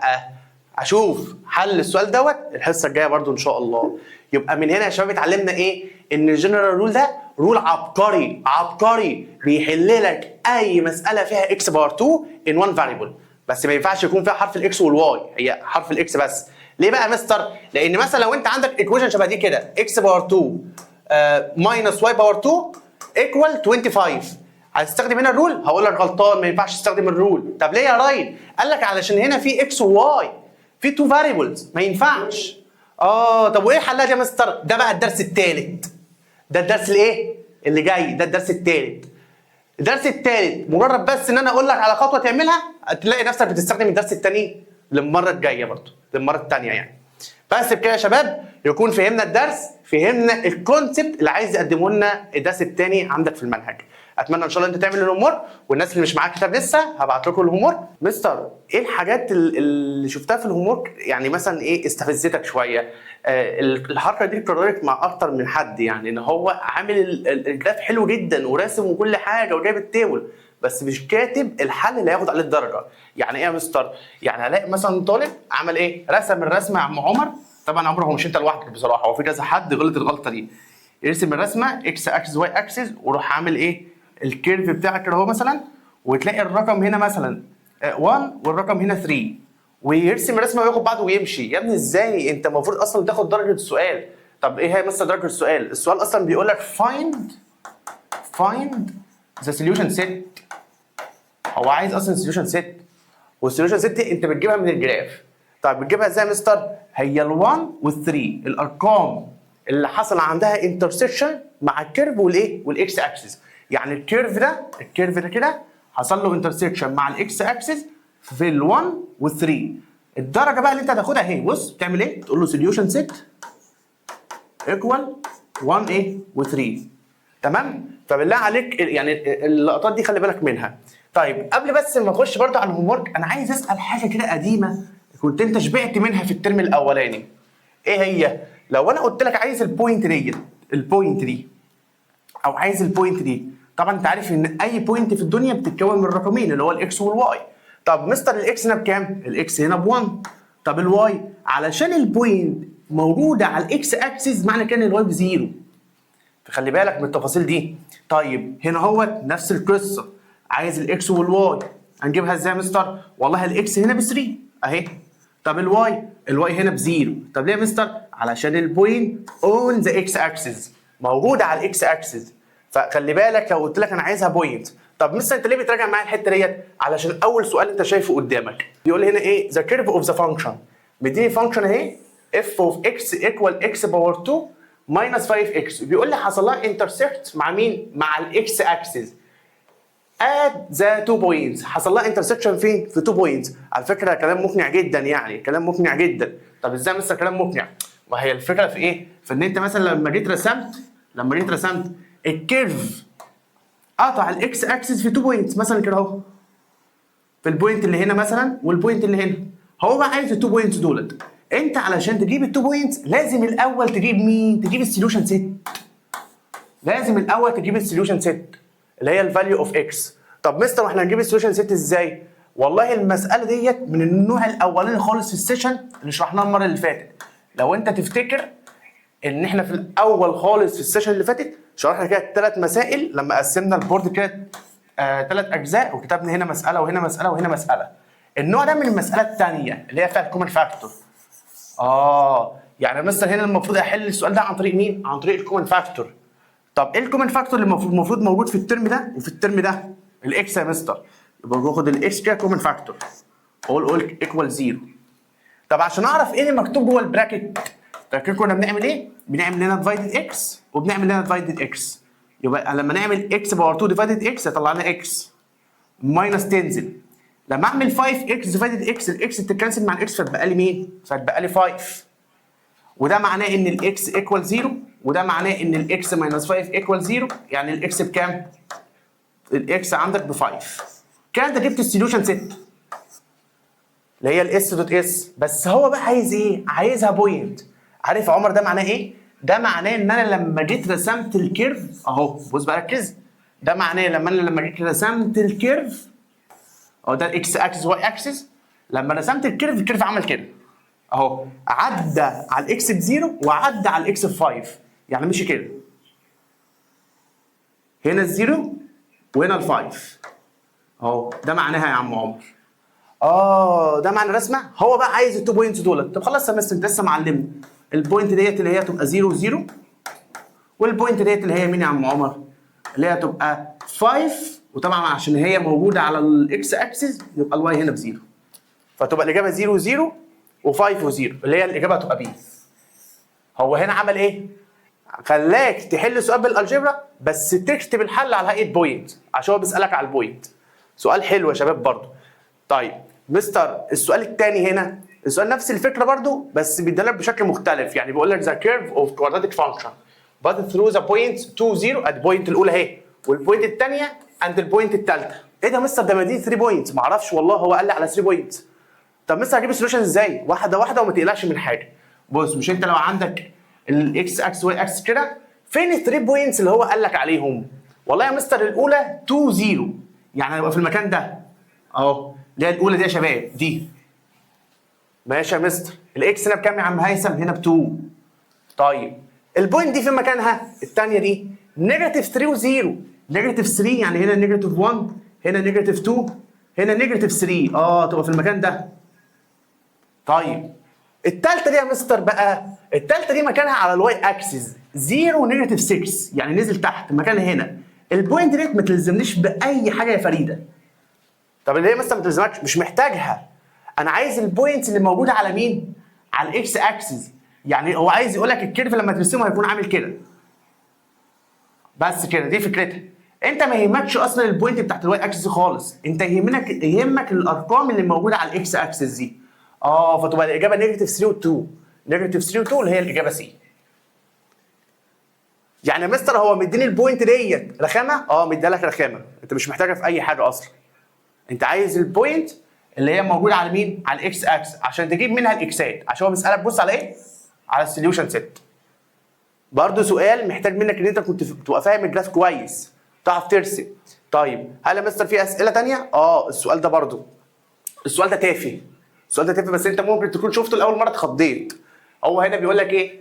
if x equal 3 is one of solution set، يعني واحد من الحلول. مش انت لما بتجيب الاس دوت اس، مش بيطلع رقمين؟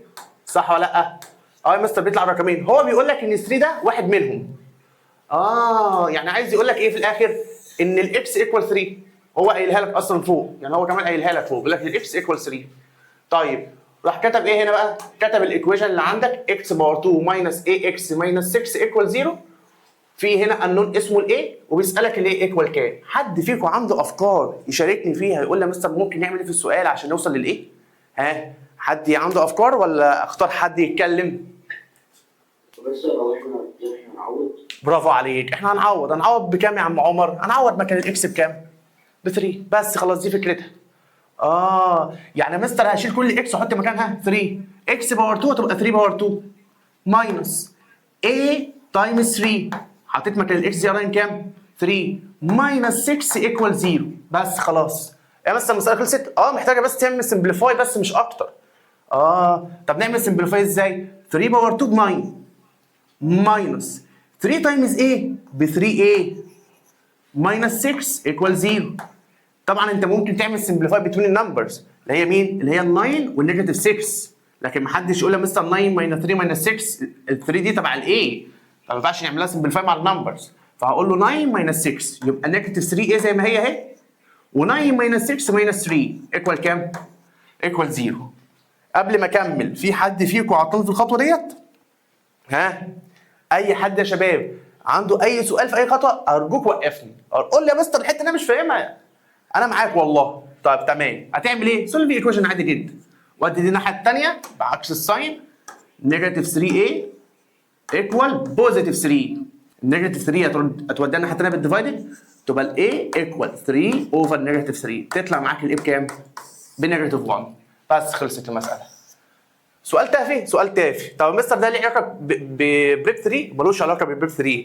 هو العلاقه الوحيده اللي هو بيقول لك از وان اوف سوليوشنز، يعني واحد من الحلول اللي عندك بس، مش اكتر من كده يعني. طيب ماشي يا مستر. السؤالين دول بقى، في سؤال هنا والسؤال اللي بعديه. السؤال ده يا شباب هو محتاج منك ان انت، واحد برضه يعني كان سالني بيقول لي يا مستر هو ايه كلمه فورمولا ده؟ هو كلمه فورمولا هي كلمه رول. يعني هو لما يقول لك ذا جنرال فورمولا هي ذا جنرال رول، فهو اسم تاني يعني لكلمه رول، فورمولا. طيب ماشي يا مستر. المطلوب منك ان انت تجيب ايه؟ تجيب الاي والبي والسي عشان تعرف تستخدم الجنرال فورمولا اللي هو القانون اللي حجمه عائلي ده، المفروض انت حفظته خلاص بقى. نيجاتيف بي بلس اور ماينس بي باور 2 اوفر 2a. برافو عليك. طيب ماشي يا مستر، ده الرول. عشان اعرف استخدم الرول ده محتاج ايه؟ محتاج اعرف الاي والبي والسي بكام. طب مستر انت هتجيب الاي والبي والسي ازاي؟ من هنا. تعال نجيب الاي والبي والسي من هنا، بس في مشكله قابلتني في المساله. ايه يا مستر المشكله ديت؟ ان في براكت عليه باور 2، ده يتفك ازاي؟ في بقى الغلطه المشهوره اللي الطلبه بيعملوها، يقول يا مستر باور 2 على الاكس وباور 2 على النيجاتيف 3 ويمشوا. هو ده فكره البراكت، ما تهزرش بالله عليك، الغلطه دي ما تهزرش فيها. البراكت ده يا شباب بيتفك ل 3 ترمز. كنت انا بشرحها لكم ازاي؟ كنت بقول لكم عشان اقدر افك البراكت ده يا عم راين، اكس ماينس 3 باور 2 دي معناها ان اللي جوه البراكت متكرر مرتين. يعني انا بص هكتبه مره تاني فوقيه اهو، كتبته تاني مره فوقيه. طب ليه يا مستر عملت كده؟ عشان هو كان متكرر مرتين. طب هتعمل ايه بعد كده يا مستر؟ هتفك بقى فك عاديه، اكس تايمز اكس. بص اكس تايمز اكس، اكس تايمز اكس، اكس باور 2.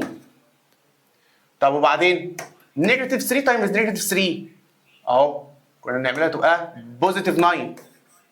وبعدين نعمل ايه بقى يا شباب؟ اهم خطوه تعمل ال 2 ملتبلاي نيجاتيف 3 ملتبلاي الاكس، ده اللي انتوا بتنسوه بقى. طب ما يا مستر ما هي 2 ملتبلاي نيجاتيف 3 بنيجاتيف 6 ملتبلاي الاكس يبقى النيجاتيف 6 اكس. استنى اهو، نيجاتيف 6 اكس ماينس 5 اكس ايكوال 0. يبقى البراكت ده اتفك كام ترم؟ اتفك 3. خلي بالكم الدرس بتاع النهارده البراكت ده مليان فيه، مليان. اوعى اسالك ازاي نفك البراكت تقول لي يا مستر اوزع الباور 2، ما تهزرش بالله عليك، في حاجات ما تهزرش فيها. طيب ماشي يا مستر اهو. هنعمل ايه بقى على كده يا عم راين؟ هنعمل سمبليفاي. الاكس باور 2 تفضل زي ما هي اكس باور 2، وعندك هنا نيجاتيف 6 اكس اهي، وعندك نيجاتيف 5 اكس. تعال بس ننزل ال 9 عشان 9 مالهاش دعوه بحاجه. نيجاتيف 6 ونيجاتيف 5 يبقى النيجاتيف 11 اكس ايكوال 0. مستر طب هو انت ليه مستر ما عملتش السمبليفاي غير ما بين الترم ده والترم ده؟ لان هما الاثنين فيهم اكسات، اكيد مش هعمل سمبليفاي مع النمبر والاكس باور 2. لو في اكس باور 2 تاني كنت عملت كده. طيب يلا نطلع الاي ونطلع البي ونطلع السي. تقدر يا ادم تقول لي ايه هو الاي والبي والسي في الايكويشن هنا؟ ب 1. البي البي نيجاتيف 11. السي ب 9. برافو عليك. طب هو احنا ليه اصلا محتاجين الاي والبي والسي؟ ليه اصلا محتاجينه؟ عشان مثلا نستخدمه في الرول ده يا مستر. عشان نجيب الاكس، يعني عشان نجيب الاكس يبقى الاكس ايكوال نيجاتيف بي اللي هو بوزيتيف 11 بقى، عشان نيجاتيف 11 يبقى بوزيتيف 11 بلس اور ماينس سكوير روت بي باور 2. اتفقنا ان البي بنعملها براكت عليه باور 2. نحط جوه البي كام؟ نيجاتيف 11 ماينس 4 تايمز A اللي هي ب 1 تايمز C اللي هي ب 9 اوفر 2A. 2 تايمز كام؟ 1. نمسك الكالكليتور مرتين 2، مره بالماينس ومره بالبلس، نكتب ده على الكالكليتور.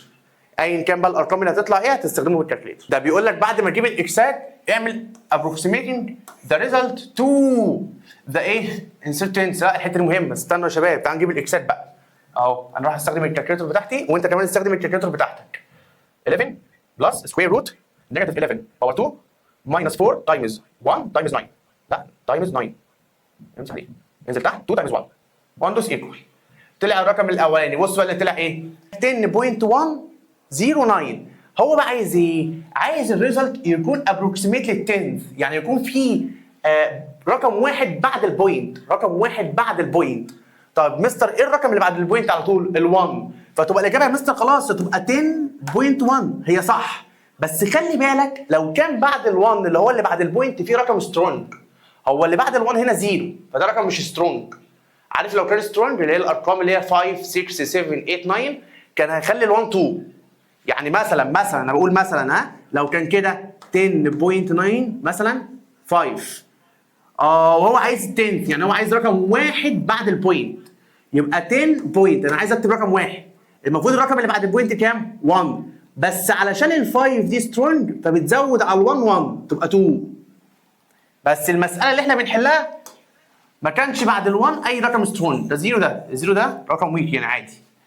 طيب ماشي يا مستر، هروح بقى للكالكليتور اشيل الماينس اشيل البلس وهكتب مكانها ماينس.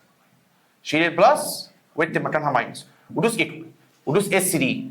الاكس الثانيه طلعت ايه؟ بص بقى ركز، طلعت ايه؟ 0 بوينت ايه بقى يا شباب؟ بوينت 89. طب ما هي الرقم اللي بعد ال8 اللي هو ال9 ده رقم سترونج، هيزود ال8 1 تبقى 9، فتبقى دي الاجابه بتاعتك. بس كده يا شباب، يبقى تروح تقول له السوليوشن 6 عندك نفس القصه، حط الرقمين دول هنا اللي هو 10.1 كوما 0.9. شكرا كده خلاص. طيب السؤال اللي بعد كده ذا نيرست 10 نفس الفكره برضو، بس محتاج ان انت تطلع الاي والبي والسي. طب يا مستر ازاي نطلع الاي والبي والسي؟ المساله ديت احنا كنا شرحناها بالظبط في السيشن اللي فات، ولكن كان في مشكله في الديمينيتور. هنا بقى في مشكلتين في الديمينيتور. طب مستر دي كانت ما شرحتهاش. لا والله شرحتها يا مستر، انت بتقول ان المساله بتاعت المره اللي فاتت فيها مشكله واحده في الديمينيتور، دي فيها مشكلتين. ما هي المشكلتين لو حليت واحده الثانيه هتتحل لوحدها. ازاي؟ هو ايه اللي مضايقك في المساله؟ اللي مضايقنا يا مستر الديمينيتور، ان في اكس باور 2 في اكس بتعمل تايمز للحاجه اللي مضايقاك في الديمينيتور. مستر ماشي يا مستر، خلاص انا فهمت دلوقتي ان انا هعمل تايمز للحاجه اللي مضايقاني في الديمينيتور، ولكن انا اكتشفت ان في حاجتين اتنين مضايقني في الديمينيتور مش حاجه واحده. ساعتها مستر اعمل ايه بقى؟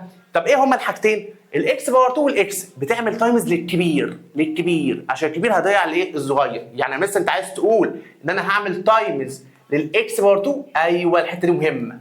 هتعمل تايمز لايه يا شباب؟ لاكس باور 2. طب لما تعمل تايمز لاكس باور 2 ايه اللي هيحصل؟ ما تنساش بس ان التايمز اللي انت هتعمله 3 مرات. يبقى اكس باور 2 تايمز 8 اوفر اكس باور 2، اللي هيحصل ان الاكس باور 2 هتتكنسل فيتبقى لك 8 بلس. طيب هنا هيبقى في مستر 1 اوفر اكس، عايز اعملها ملتبلاي اكس باور 2. اسمح لي بس اشرحها لك على جنب. بص اشرحها لك على جنب عشان تفهمها. 1 اوفر اكس عايزها تعملها تايمز اكس باور 2 اهو. ايه الناتج يا مستر؟ هو المفروض الاكس اللي في الديمينيتور تروح مع اكس من اللي فوق، بس هو فوق مفيش اكس واحده، ده هنا في اكسين هي اكس باور 2، فهتروح مع واحده بس يا راين وهيتبقى لك واحده بس كده خلاص. شكرا. يعني يا مستر هنا ملتبلاي باكس، ايوه كده ايكوال اكس باور 2 تايمز 1 باكس باور 2. هل اعرف اطلع الاي والبي والسي؟ هتقدر، بس لازم الايكويشن تبقى ايكوال 0، فهضطر ان انا ادخلها جوه. يبقى انا عندي 8 بلس اكس ماينس اكس باور 2 ايكوال 0، واروح بقى اقول له ان الاي بكام هنا؟ الاي هنا بنيجاتيف 1، البي هنا ب 1، والسي هنا ب 8، واستخدم بقى الرول واجيب الحاجه اللي هو عايزها. يبقى هي دي الخطوه اللي كانت واقفه قدامك. اتمنى تبقى الامور واضحه.